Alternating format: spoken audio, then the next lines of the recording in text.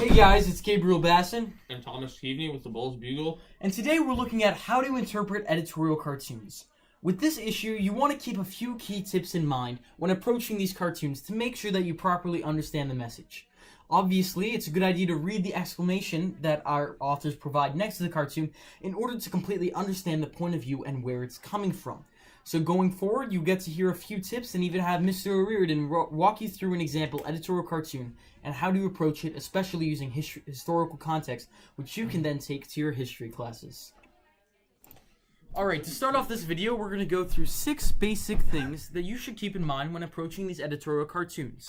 The first off is to look for visual symbols and metaphors. A visual symbol in a cartoon is any image that stands for some other thing, event, person, abstract idea, or trend in the news. So for example, think about ideas that could represent an alternate idea. For example, if there's a dollar sign, perhaps that represents the entirety of the economy. Keeping this in mind can help you interpret what certain drawings correlate to certain current events. Another thing to look for would be visual distortion within the cartoon. This could be any exaggeration in size, shape, emotions, or gestures, and they generally add extra meaning to the symbols. So look for any exaggeration that would occur. Also, you might want to look for irony in words and images. Irony is a form of humor, so it's generally a tool that authors like to use, and it can perhaps bring out a point that isn't quite explicit in the cartoon. Another tip would be to look for stereotypes and caricatures. This is very common in editorial cartoons. Any political figure or well-known celebrity would generally have a caricature. That way they're easily identifiable. So when trying to identify people, look for the exaggerations within the character. Also, keep in mind that an argument is not a slogan. Slogans merely assert something. So don't just look at what they're physically saying, but consider the current events and everything that pertains to the cartoon in order to understand the true argument. Reading our author's explanations can be extremely helpful here. And finally, consider the uses and misuses of political cartoons. Editorial cartoons may be funny, outrageous, even insulting, yet their aim is to provoke an issue within the news. Consider the current events. It's that simple.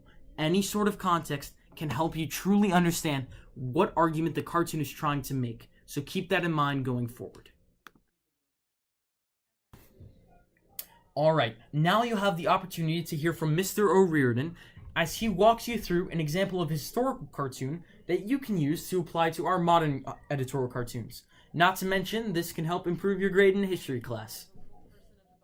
So, this is a historical cartoon, and it's very important when you're interpreting a historical cartoon to understand the context.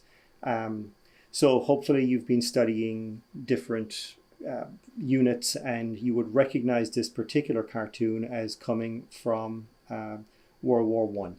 So let's look at the different characters in this.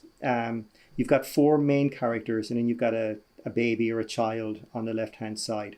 Hopefully you would recognize those 4 as the big 4 from World War One, the big leaders. The man in the center with the cane is the French leader, Georges Clemenceau.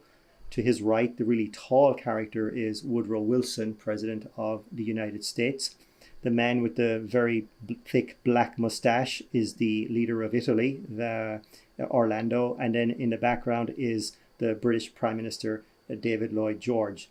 Now, there's really no way, well, there is actually. If you look at the caption at the bottom where it says the tiger, curious, I seem to hear a child weeping, you might know that the tiger was the nickname for Georges Clemenceau, the leader of France.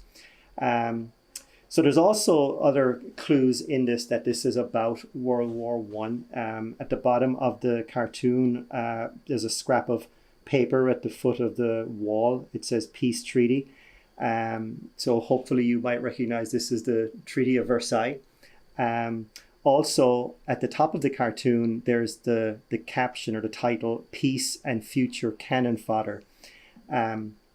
So if you know anything about World War One, you'll know that this war led to another war. It wasn't the war to end all wars, as Woodrow Wilson hoped, but there's a lot of connections between World War One and World War Two, and that's what the caption is referring to.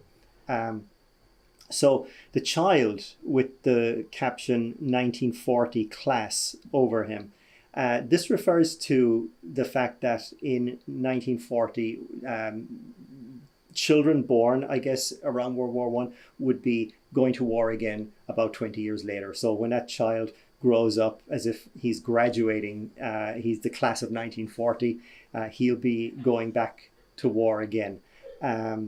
The French Prime Minister, Georges Clemenceau, says, and it's at the bottom of the screen, curious, I seem to hear a child weeping. So this is kind of irony in here. He's got a peace deal.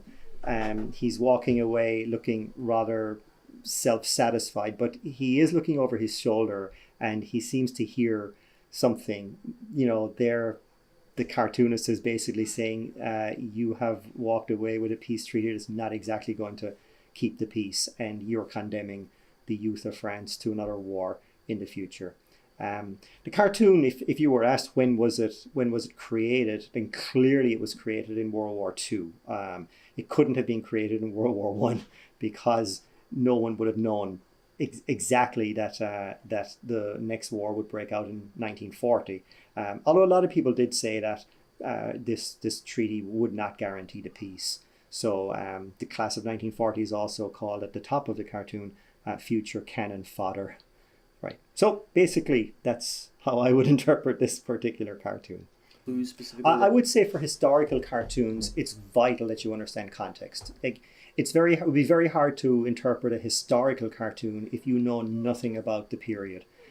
So hopefully you would know about World War One and World War II, and then this cartoon makes an awful lot of sense. But if you don't know anything about the Treaty of Versailles, and you don't know how World War One ended, and you don't know that World War II occurred 20 years later, then I just think you're floundering in the dark at that point. So, and I think that goes with any cartoon, but even contemporary cartoons, you have to understand the context for any political cartoon or historical cartoon.